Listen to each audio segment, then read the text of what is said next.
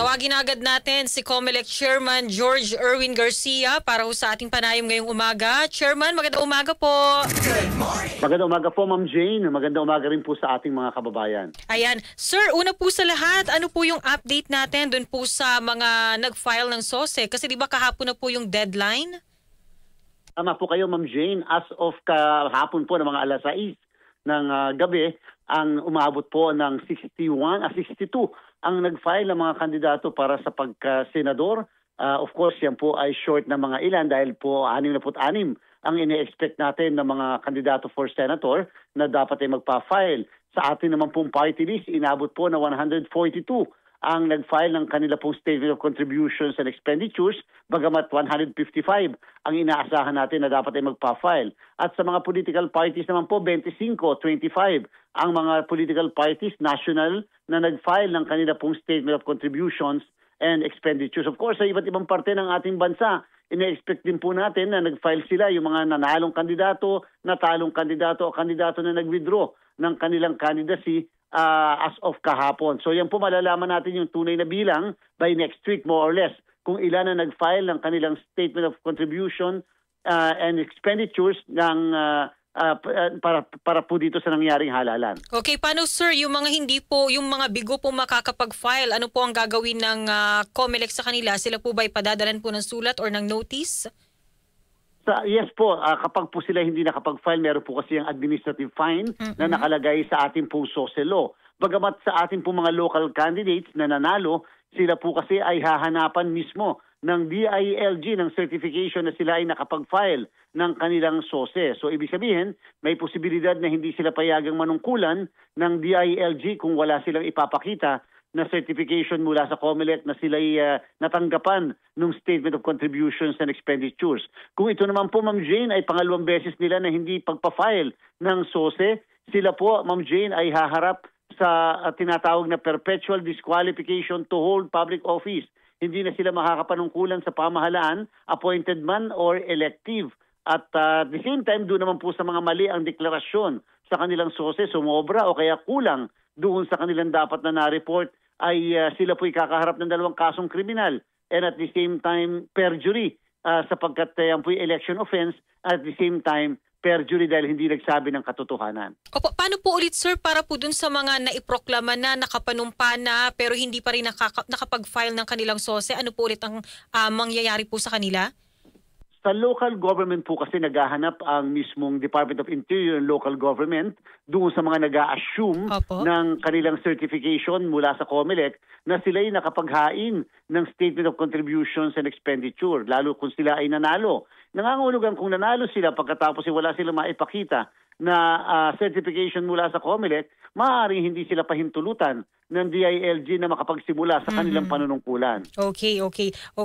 Chairman, ito po reaction lang din po ninyo kasi kahapon po ay ni-ratify ng Senado yung Conference Committee Report kaugnay po dun sa panukalang suspindihin yung barangay at SK election sa December 2025 ngayong taon at ilipat ho sa unang Lunes ng November 2026 at gaganapin ang eleksyon tuwing 4 na taon after po noong eleksyon sa November 2026. Paano ho yung, syempre tayo po ay naghahanda, di ba, para po dun sa BSKE sa December? Syempre po yan ay ginagalang natin na isang aksyon ng political department ng ating pamahalaan. Sadya namang ang pagpifix ng araw o panahon kung kailan mangyayaring isang halalan ay wala po sa COMELEC. Ito po yung nasa Kongreso po natin. Siyempre po sa kasalukuyan yan ay Bicameral Conference Committee. Hihintayin pa rin natin yung po magiging aksyon ng ating kagalang-galang na Pangulo kung yan po ay kanyang lalagdaan upang ito ay maging batas. Sa part po ng COMELEC, immediately by next week, kinakailangan magpatawag kami ng emergency meeting namin sapagkat meron po kasi kami mga kinakailangang ihinto o in the meantime, habang hindi nagiging batas ay ituloy namin yung aming ginagawa. Halimbawa po, meron po kami tinatawag na procurement process. Kinakailangan i-procure namin yung mga gagamitin para sa susunod na eleksyon ng Barangay SK. Ito nga pong December. Ngayon po, kung sakali, baka po may mga ilan kaming ihinto sa procurement muna. Kasi nga po katulad halimbawa, Ma'am Jane, ng indelible ink. Hindi namin pwedeng bilhin kaagad dyan ng mas maaga sapagkat pag ginawa po namin yan, baka po kasi matuyo yung mismong indelible ink o mag-expire. Yan po kasi may maiksing panahon lamang yung buhay ng mga ganyang klaseng gamit. So yan po ay titingnan natin, alamin natin. At yung po kasi nakaschedule natin, Ma'am Jane, na July 1 to 11 na registration of voters, sadyang napaka-iksi po yun. 11 araw lamang na pang barangay and SK.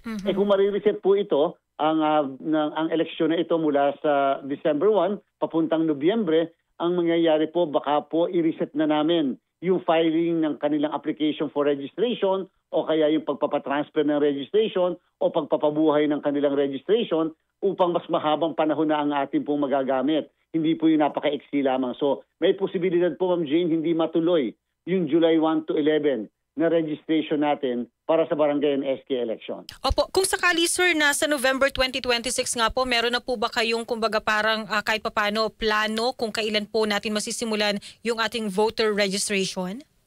Gagawin po natin siguro yan, Ma'am Jane, yun ang isusuhestyon ko sa ating mga kasamahan sa COMELEC, after na lang ng Bangsamoro parliamentary election sa October 13 kasi ang parliamentary election ng Bangsamoro. Mas marapat po na ganyang after na lang upang hindi malito yung mga kababayan natin sa Bangsamoro sapagkat ang plano talaga sana namin ay magpaparehistro tayo ng July 1 to 11 at yung mga sa Bangsamoro magpaparehistro rin. Subalit yung magpaparehistro sa July 1 to 11 ng mga taga Bangsamoro ay hindi makakapag-participate sa Bangsamoro parliamentary election kung hindi pang barangay lang sana yon. Kaya lang, siyempre malilito yung iba nating kababayan and para maiwasan po yon, gagawin na lang po namin yung registration after ng Bangsamoro parliamentary election at para po buong Pilipinas na talaga ang registration natin. At mahaba-habang panahon po yan. Kahit po simulan namin, Ma'am Jane, ng November yan hanggang sabihin na natin mga September ng next year. Yung registration po natin ay mahabang panahon po yan na mabibigay natin upang yung mga botante talagang hindi nakakapagparehistro ay makapagparehistro. Halos isang taon yun Chairman. Pero ito, panghuli na lang sir, yung pong pagdating naman po sa pondo, kumusta? Kung siya po ay maililipat ho sa November next year, yung pondo po ba natin, sapat pa rin ho ba or baka hukulangin? Yung continuing, ang tawag po dyan, continuing appropriation, ibig sabihin kung ano yung merong budget kami, ay dire-diretso yan na gagamitin sa isang taon ay maaari pong hindi na sapat. Sapagkat may mga nagamit na rin po kami dyan sa ating pong budget. At the same time, pag dumami po ang bilang ng mga botante natin, dadami po ang bilang ng mga presinto, dadami po ang bilang ng mga guro na maglilingkod sa bawat presinto. At siyempre, yung mga kagamitan na ginagamit sa bawat presinto, kaya maaaring maghingi kami ng dagdag na budget para po sa pagpupuspo ng barangay and SK election. Okay. Sir, maraming salamat po. Alam ko po na kayo ay may flight ngayong umaga, pero salamat po sa pagpapaunlak sa aming interview. Thank you sir at mag-iingat po kayo. Maraming salamat po, Ma'am Jane. Mabuhay po kayo at ang inyong programa. Thank you! Yan po mga kasama si COMELEC Chairman George Erwin Garcia. So,